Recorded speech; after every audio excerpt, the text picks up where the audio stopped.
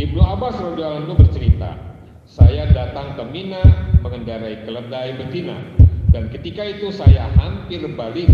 Rasulullah sedang sembahyang di Mina tanpa dinding di hadapannya. Saya lewat di muka saf, sedang keledai saya lepaskan makan rumput. Kemudian saya masuk ke dalam saf. Rasulullah tidak menegur perbuatan itu. Bismillahirrahmanirrahim. Kita lanjutkan pembacaan Sahih Bukhari jilid 1 kitab ilmu hadis nomor 57. Bismillahirrahmanirrahim. Berkata Abu Wail radhiyallahu anhu, katanya, Abdullah bin Umar mengajar suatu jamaah tiap-tiap hari Kamis. Seorang laki-laki berkata, "Hai Abu Abdurrahman, saya berharap supaya Anda dapat mengajar kami setiap hari." Jawab Abdullah, "Saya khawatir kalau Anda semua jadi bosan.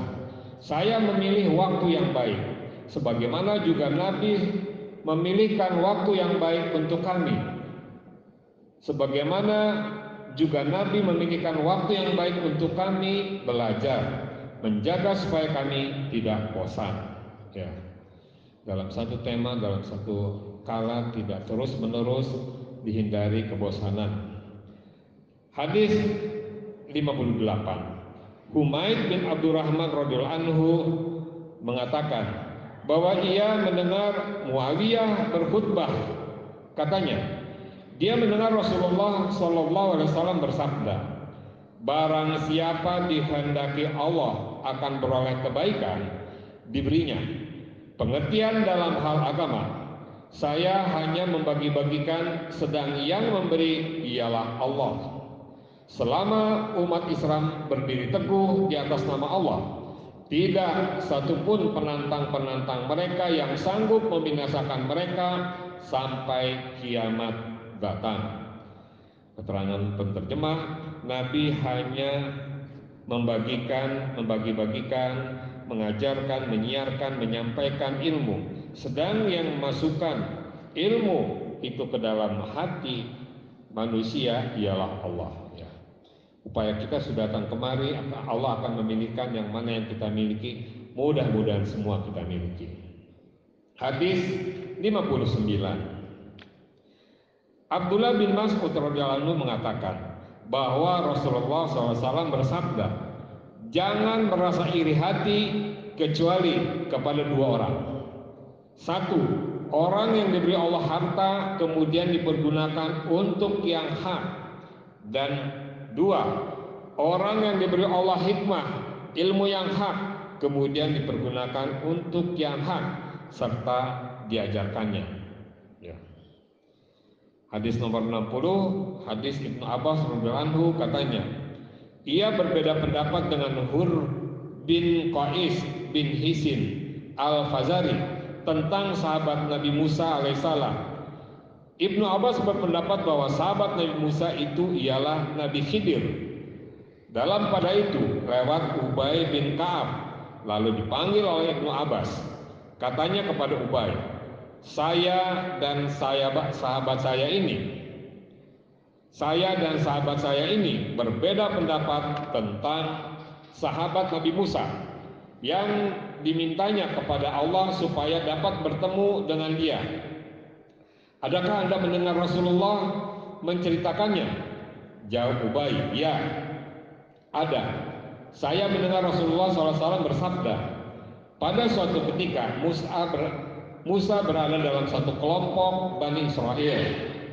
Tiba-tiba datang kepadanya seseorang bertanya, tahukah Anda, adakah orang yang lebih pintar dari Anda? Jawab Musa, tidak.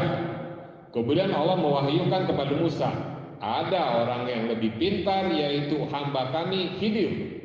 Setelah itu Musa memohon kepada Allah supaya diberi jalan untuk bertemu dengan Khidir.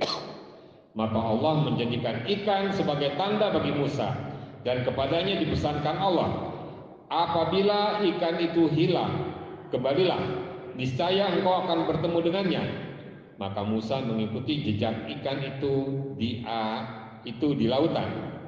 Di tengah perjalanan, pelayan Musa berkata kepadanya, tahukah Anda ketika kita berhenti di sebuah batu besar, saya lupa memperhatikan ikan itu.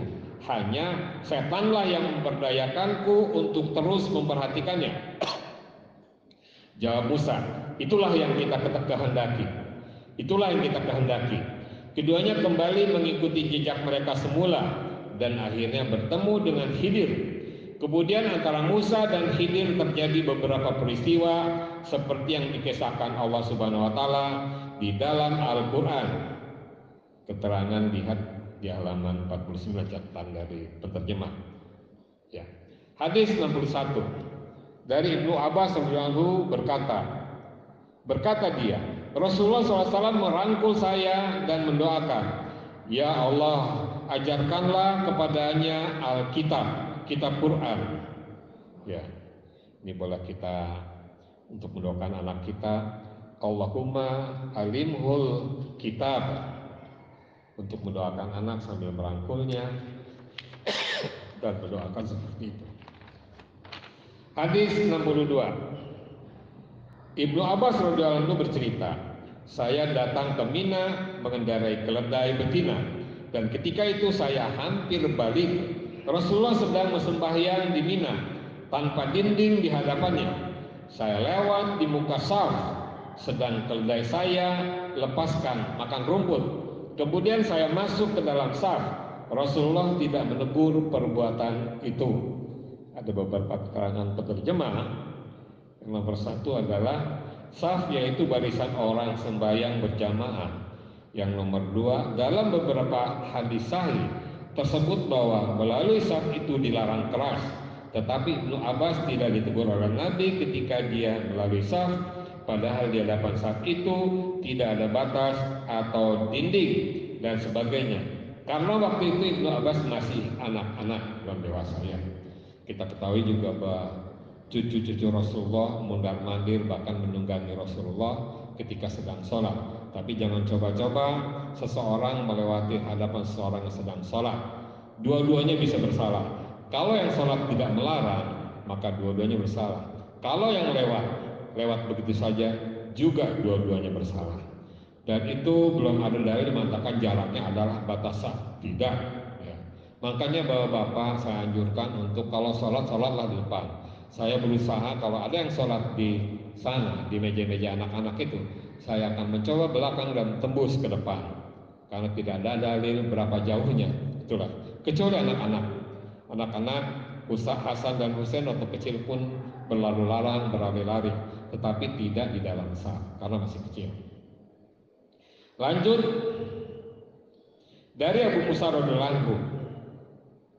Katanya Nabi SAW bersabda, perumpamaan, petunjuk dan ilmu pengetahuan yang Allah mengutus aku untuk menyampaikannya seperti hujan lebat jatuh ke bumi. Bumi itu ada yang subur menghisap air, menumbuhkan tumbuh-tumbuhan dan rumput-rumput yang banyak. Ada pula yang keras, tidak menghisap air sehingga tergenang. Maka Allah memberi manfaat dengan dia kepada manusia. Mereka dapat minum dan memberi minum binatang, ternak dan sebagainya, dan untuk bercocok tanam. Dan ada pula hujan yang jatuh ke bagian lain, yaitu di atas tanah yang tidak mengenakan air dan tidak pula menumbuhkan rumput. Begitulah perumpamaan orang yang belajar agama, yang mau memanfaatkan apa yang aku disuruh Allah menyampaikannya, dipelajarinya dan diajarkannya. Dan begitu pula perumpamaan orang yang tidak mau memikirkan dan mengambil peduli dengan petunjuk Allah yang aku diutus untuk menyampaikannya. Ya. Jadi kita ada yang bisa menerima, cepat menerima, dan itu yang diperuntukkan dari Allah untuk kita. Dan ada juga yang mengalir begitu saja, yang lewat begitu saja, dan ada juga yang bisa dimanfaatkan oleh orang lain mengambil pengajaran dari kita. Itu perumpamaan orang dalam belajar ilmu dan bagaimana Allah memberikan kepadanya. Hadis terakhir untuk pagi hari ini, hadis nomor 64 dari Anas radhiyallahu anhu, katanya, akan kusampaikan kepada Anda sebuah hadis yang tidak akan disampaikan orang kepadamu sepeninggalku. Saya ulangi, dari Anas radhiyallahu anhu katanya, akan kusampaikan kepada Anda sebuah hadis yang tidak akan disampaikan orang kepadamu sepeninggalku. Saya mendengar Rasulullah SAW bersabda, di antara tanda-tanda kiamat ialah kurangnya ilmu, meratanya kebodohan, bercabul, zina, persundalan, dan banyak perempuan, sedikit laki-laki, sehingga bagi 50 orang perempuan hanya seorang pengawalnya. Ya. Kita akan menuju sana. Ini salah satu eskatologi atau ilmu masa depan, ilmu akhir zaman seperti itu. Insya Allah masih agak panjang walaupun tanda-tandanya sudah mendekat, seperti yang terjadi sekarang di Palestina, Gaza. Mungkin hadirin, mudah-mudahan kita pahami dengan benar dan suruhan-suruhan Rasulullah ini kita lakukan dengan mudah. Insya Allah mendapatkan syafaat dari beliau kelak. Subhanakallahumma rabbana wa bihamdika asyhadu an la ilaha illa anta astaghfiruka wa atubu ilaik. Assalamualaikum warahmatullahi wabarakatuh.